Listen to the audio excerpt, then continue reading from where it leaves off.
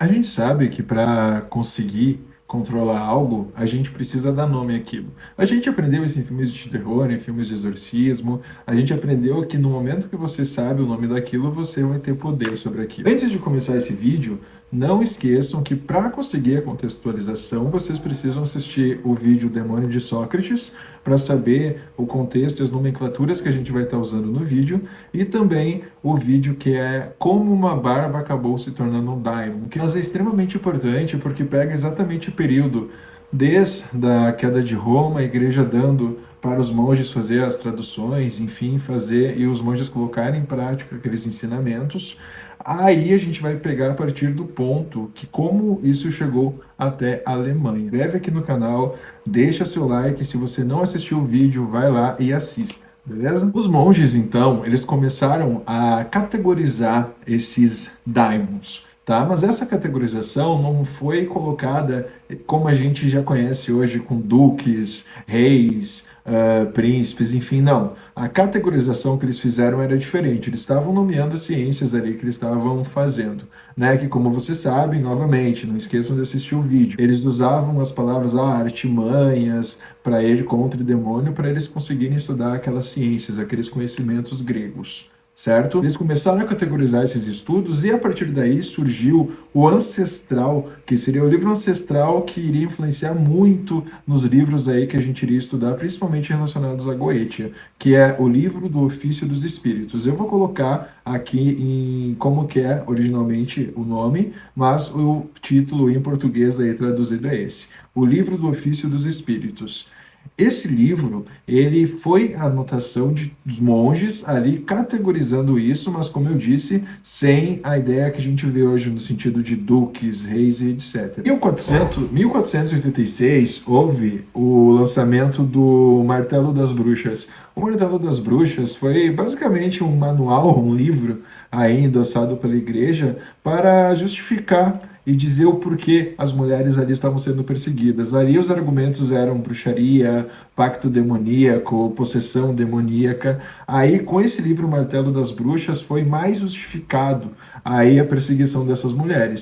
Acontecendo a Reforma Protestante, alguns monges acabaram se convertendo para o protestantismo. Só que o que eles fizeram?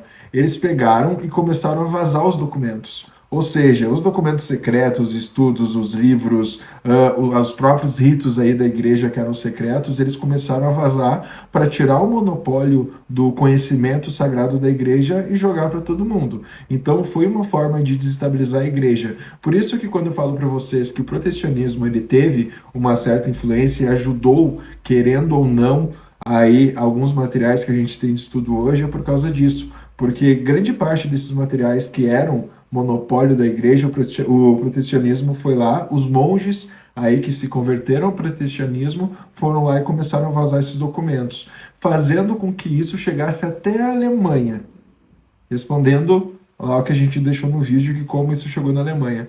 E isso chegou até a Alemanha para um médico que era holandês, mas atuava na Alemanha, então um médico alemão, protestante, que já tinha lançado um livro para ir contra ao que estava acontecendo nessa Inquisição, dizendo que essas mulheres elas não estavam com problemas demoníacos ou possessões ou pactos, mas que elas sofriam de melancolia, que seria basicamente uma depressão na época. E esse médico era Johann Weiner. Espero que eu tenha pronunciado certo. Ele tinha lançado, anotei aqui, gente, Praesteges Daemonum. Ele tinha lançado isso basicamente como uma resposta para a igreja dizer assim, ó, vocês parem de ser um bando de idiota, que essas mulheres elas não estão com problemas demoníacos ou possessão ou pactos, elas estão com melancolia. E melancolia naquela época seria o que a depressão seria hoje. Então ele lança isso, mas obviamente ele não é ouvido, tanto que mesmo com isso a Alemanha foi um dos lugares que realmente mais, infelizmente, as mulheres e, enfim, as que mais fizeram coisa na Inquisição. Então, em 1577, quando ele, Johann, e ele era protestante, ele tem acesso a esses documentos e também ele só conseguiu fazer o lançamento, tá, do que eu vou falar para vocês daqui a pouco, ele só conseguiu fazer isso porque ele tinha as costas quentes naquela época. Ele era médico particular de um duque. E um duque não um daimon, tá, gente? Um duque realmente, tá? Ele era um médico particular daquele duque, então mesmo que depois o livro tenha sido proibido, mesmo depois ele ter sido denunciado várias vezes aí por heresia, ele não se ferrou tanto, digamos assim, porque ele tinha essas costas quentes com esse duque que até incentivou ele também a estar fazendo isso, porque esse duque também flertava bastante aí com o protestantismo. Pseudomarquia Daemonum.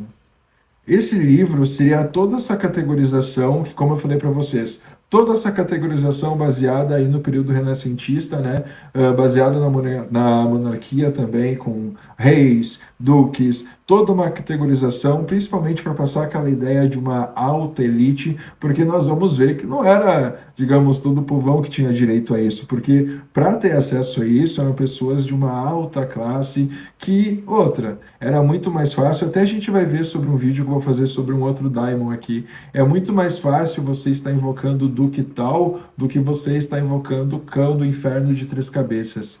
Então até mesmo a questão dos nomes teve essa influência também para ficar mais chique, digamos assim.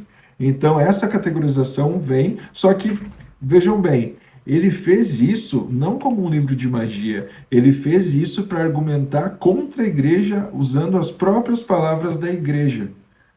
Então, usando as próprias palavras da igreja, ele tentou argumentar usando essa linguagem de daimons, enfim, e ele colocou essa questão de reis, duques, enfim, para deixar como se fosse uma metáfora exatamente a falha humana, para mostrar que aquilo era extremamente humano, que o que estava acontecendo era humano. Aí a gente vai ver que depois que esse livro é proibido, mesmo ele sendo proibido, ele acaba indo para outros países protestantes, e isso vai chegando até a Inglaterra. E no próximo vídeo, a gente está chegando bem perto nos dias de hoje. No próximo vídeo, a gente vai ver que influência isso ter chegado até a Inglaterra teve para nós até agora. Gente, espero que tenham gostado do vídeo. Não esqueçam de me seguir nas redes sociais. Arquel Dian, consultas oraculares comigo, só me chamar também, beleza? E se inscreve aqui no canal, gente, beleza? Obrigado. Ave Lúcifer.